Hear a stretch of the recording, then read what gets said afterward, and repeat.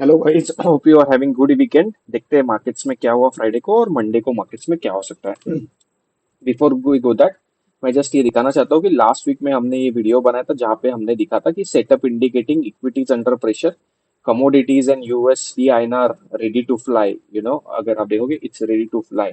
This was our analysis that we did 5 days ago. It was on Sunday. If you can go and see the video, and you can clearly see that how the Dow fell.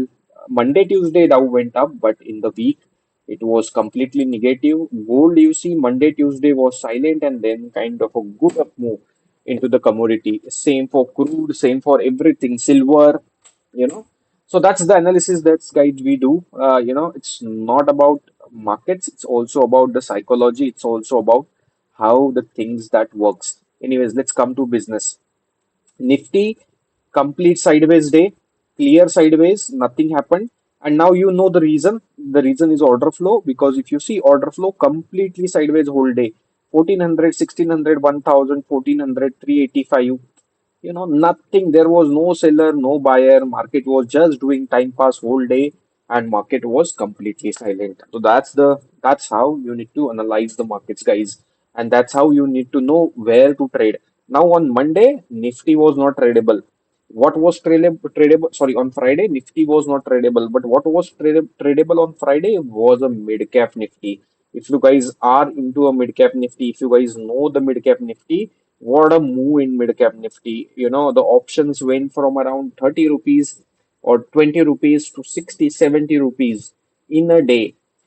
Some options with 3, 4 rupees that we were tracking went to around 30, 35. At the closing, it went to 44, because the last candle, if you see, there was a huge selling that happened into the mid cap Nifty, and it was clear breakdown for the mid cap Nifty.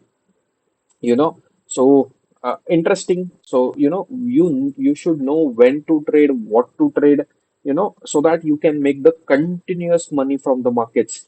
Intraday single print, one of our concepts, completely worked on mid cap Nifty, sharp selling. उसके पहले अगर देखोगे तो mid cap Nifty silent index की तरह काम कर रहा था, लेकिन कल एक बड़ा ब्रेकडाउन मिड कैप निफ्टी ने दिया है और एक अच्छा खासा पैसा बना रहेगा मिड कैप निफ्टी में, if you have traded the mid cap Nifty. So guys, keep an eye. ऐसे चीजें होती रहती है मार्केट्स में. अभी मिड कैप निफ्टी का मंडे को एक्सपायरी है, तो what is there for you? तो सबसे इंपॉर्टेंट है मिड कैप निफ्टी के लिए अभी एक सिंगल प्रिंट बना है. तो जब तक ये सिंगल प्रिंट ब्रेक नहीं करता है मिड कैप निफ्टी, तब तक ऊपर के साइड का ना थोड़ा सा डिफिकल्ट है. तो हाई कितना है मिड कैप निफ्टी का? 8962, एंड लो इज अराउंड 8950 के आसपास. तो ये इंपॉर्टेंट लेवल रहेगा मिड कैप निफ्टी के लिए.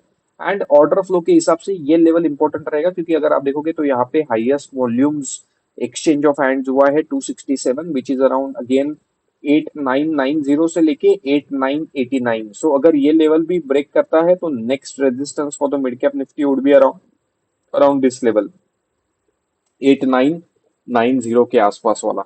तो वो एक इंपॉर्टेंट रेजिस्टेंस रहेगा ऊपर के साइड पे. लोअर के साइड पे मिड कैप निफ्टी कहा जा सकता है, पहला सपोर्ट रहेगा 8825 के आसपास on the mid cap Nifty, first support. And अगर ये सपोर्ट ब्रेक करता है मिड कैप निफ्टी, तो आई थिंक फिर नीचे के टारगेट्स खुल जाएंगे, जहां पे 8728 के आसपास जाने के चांसेस बहुत हाई दिख रहे हैं. और अगर guys if you understand this, अगर आप देखोगे फ्राइडे को काफी मिड कैप स्टॉक्स में काफी तगड़ा सेलिंग देखने को मिला. तो यू नो अगर आपको पता है which index to trade, how to trade, तो आपने अगर मिड कैप्स में पैसा बनाया है या आपका पोजीशन है, तो आप शॉर्ट मतलब इंट्राडे पोजीशन निकाल सकते हो, फिर से लोअर लेवल्स पे उतना ही क्वांटिटी कैश में बाय भी कर सकते हो. So guys, this is a understanding.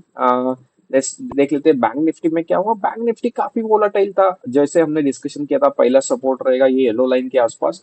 अगर आप देखोगे तो उसी के आसपास बैंक निफ्टी ने सपोर्ट लिया. ऊपर की तरफ ये जो लाइंस है वो एक सिंगल प्रिंट लेवल है, जो मार्केट्स अभी भी ब्रेक नहीं कर पाया है, तो उसी के आसपास रेजिस्टेंस लेके मार्केट्स वहां से ही नीचे आ गए.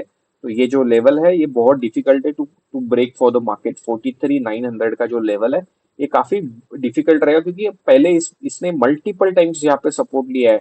नाउ अभी वो सपोर्ट तोड़ने के मतलब वो सपोर्ट तोड़ने के बाद अभी मार्केट उसके नीचे है, तो अभी वो एक रेजिस्टेंस का काम कर रहा है. तो जब तक वो लेवल्स, ऊपर के लेवल्स नहीं देखने को मिलते हैं, तो थोड़ा सा डिफिकल्ट रहेगा. यू नो बैंक निफ्टी के लिए। तो पहला जो टारगेट था वो अचीव हो गया है। अगर ये टारगेट ब्रेक होता है तो एक शार्प सेलिंग मार्केट्स में देख सकते हैं, जो मार्केट्स को 43,300 के आसपास लेके आ सकता है। हाँ, बट ये ऐसा नहीं कि कल के कल लेके आएगा, बट एक एक हाई चांसेस है, बिकॉज अगर आप देखोगे तो यहाँ पे मुझे कुछ भी नहीं दिख रहा है। ये एरिया जो है ना, ये काफी ब्लैंक एरिया है। ये एरिया में कुछ ज्यादा ट्रेड भी नहीं हुए हैं पहले। तो ये एरिया एक एक kind of what I will say एक फ्री फॉल एरिया है। So we will see. ऐसा नहीं है कि एक दिन में फॉल आ जाएगा, बट हाँ मतलब एक मार्केट निगेटिव टेरिटरी में चला जाएगा। तो मार्केट अभी थोड़ा सा ओवरसोल्ड लेवल्स पे है, तो थोड़ा सा शॉर्ट व्यू, मतलब थोड़ा सा एक अपसाइड मूव आता है तो एक अच्छा पोजीशन बनेगा शॉर्ट के लिए। तो अपने को पता है कहाँ शॉर्ट करना है, तो अभी ज्यादा जल्दबाजी नहीं करते। We will wait for the markets. So ऊपर की तरफ पहला रेजिस्टेंस तो जो येस्टरडे हाई बनाया है वही रहेगा, जो जो ये रेजिस्टेंस है पहला, विच इज 43,930 के आसपास रहेगा। Then we will have a psychological level of 44,000, and then we again have a single print. So ऊपर की तरफ काफी सिंगल प्रिंट्स है गाइस, अगेन ऊपर की तरफ काफी रेजिस्टेंसेस है। तो अनटिल एंड अनलेस कोई बड़ा शॉर्ट कवरिंग नहीं आता मार्केट में, तो थोड़ा सा डिफिकल्ट है मार्केट्स को ऊपर के लेवल ब्रेक करना। तो मार्केट थोड़ा सा साइडवेज रहेगा।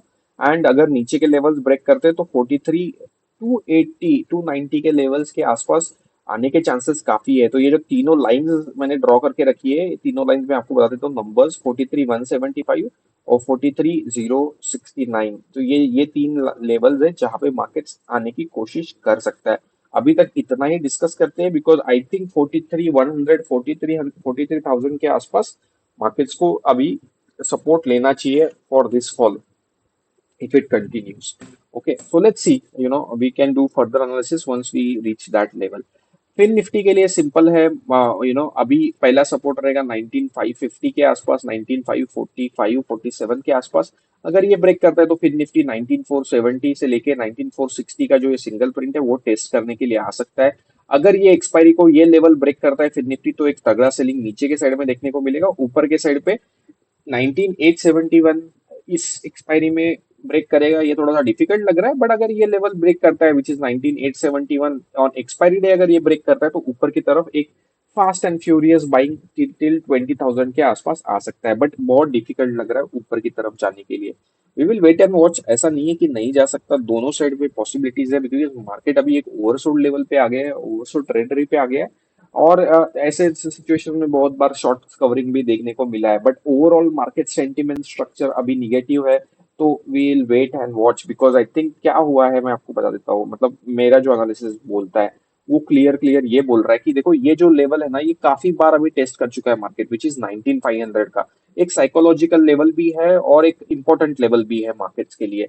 तो मार्केट्स ने ये काफी बार टेस्ट करके दे चुका है। मैं आपको दिखाता हूँ कब कब मार्केट्स ने ये टेस्ट किया है निफ्टी ने। देखो यहाँ पे एक बार टेस्ट किया है, यहाँ पे दूसरी बार, तीसरी बार, ये चौथी पांचवी बार, और कल जो था वो 6 टाइम्स। तो 6 टाइम्स के आसपास वो लेवल्स मार्केट ने टेस्ट किए है। तो अगर वो लेवल ब्रेक करता है तो डेफिनेटली पूरा पूरा दुनिया शॉर्ट जाएगा।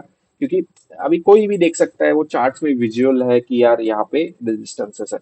तो मेरे लिए सपोर्ट्स कहाँ रहेगा, 19,400 के आसपास जो लेवल्स है वहां पे एक सपोर्ट रहेगा। तो पहला सपोर्ट है 19,480 फ्यूचर्स में। एंड देन ये जो एरिया है 19,404 के आसपास एक एरिया मार्केट टेस्ट करने के लिए आ सकता है।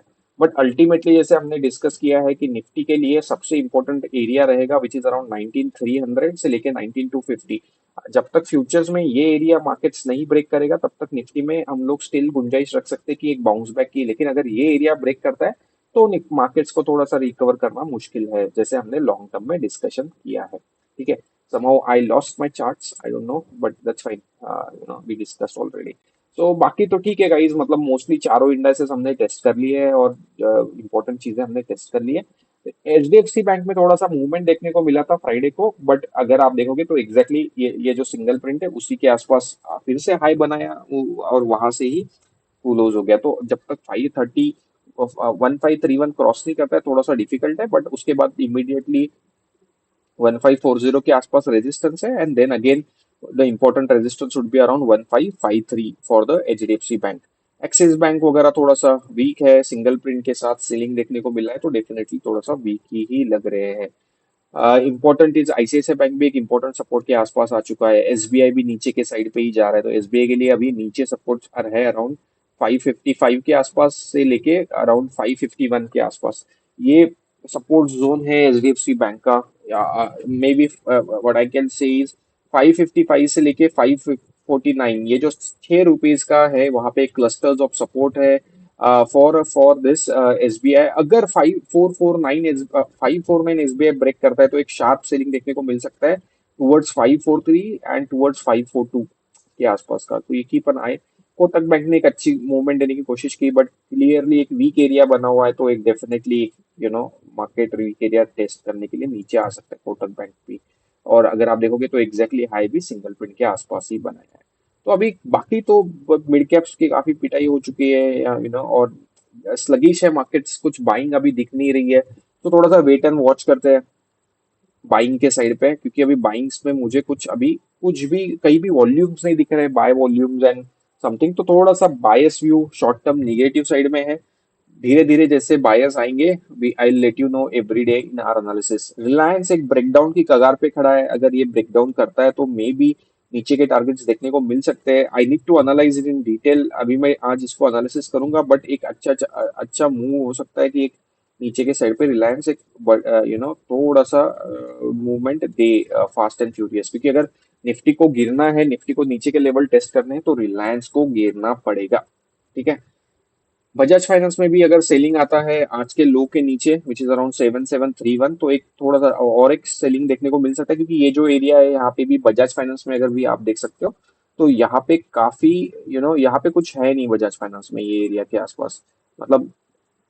तो एक एक ऐसा एरिया है ये, थोड़ा सा यहाँ पे बजाज फाइनेंस को कॉशियस रहना चाहिए। तो मेरे लिए ये जो लेवल रहेगा वो इंपॉर्टेंट रहेगा, विच इज अराउंड 7600 के आसपास का और बजाज फाइनेंस। बाकी सब स्टॉक्स में टीसीएस ने एक अच्छा खासा मोमेंटम दिखाया है, बट अगेन सिंगल प्रिंट के आसपास है, तो वेट करते हैं 3507, बट उसके बाद इमीडिएटली 3520 के आसपास रेजिस्टेंसेस है, and then there are multiple resistances. तो आई थिंक 3542 के अबव सस्टेन करने लगे तो एक अच्छा मोमेंटम टीसीएस दिखा सकता है, लेकिन तब तक वी डोंट नो। सब निफ्टी मारुति वगैरह में काफी सेलिंग देखने को मिला है, तो थोड़ा सा वेट करते हैं मार्केट्स को थोड़ा सा अप मूव फिर से स्टार्ट करने के लिए। अशोक लेलैंड हमने डिस्कस किया था, उसी सिंगल प्रिंट के आसपास फिर से sell off, so single print break नहीं कर पा रहा है। एलएनटी एक सेल ऑफ के आसपास आया है, अभी नीचे एलएनटी का सपोर्ट क्लियर है, 2952 से लेके 2927 के आसपास एक सपोर्ट एलएनटी ले सकता है। So guys, we discussed multiple stocks. Thanks for watching. Let me open the disclaimer. As I always say, this video is only for education purpose. Please do not take any trade or investment decision. Please consult your financial advisor before you take any trade or investment decision. We are not responsible for loss due to content in the video. आप ये video जो है वो सिर्फ education purpose के लिए है। So guys again we will come back with tomorrow with the weekly analysis. वो देखना मत भूलना, नेक्स्ट वीक में काफी इंपॉर्टेंट है, मार्केट्स कहाँ सपोर्ट ले सकते हैं, यूएस मार्केट्स कहाँ सपोर्ट ले सकते हैं, जहाँ पे इंडिया को भी थोड़ा सा रिस्पाइट देखने को मिलेगा। So keep an watch, keep an eye, as I always say be passionate about the markets, they will pay you dividends in the longer run. Thank you guys, thanks for watching, have a good weekend, have a wonderful next week, profitable next week, thanks, bye.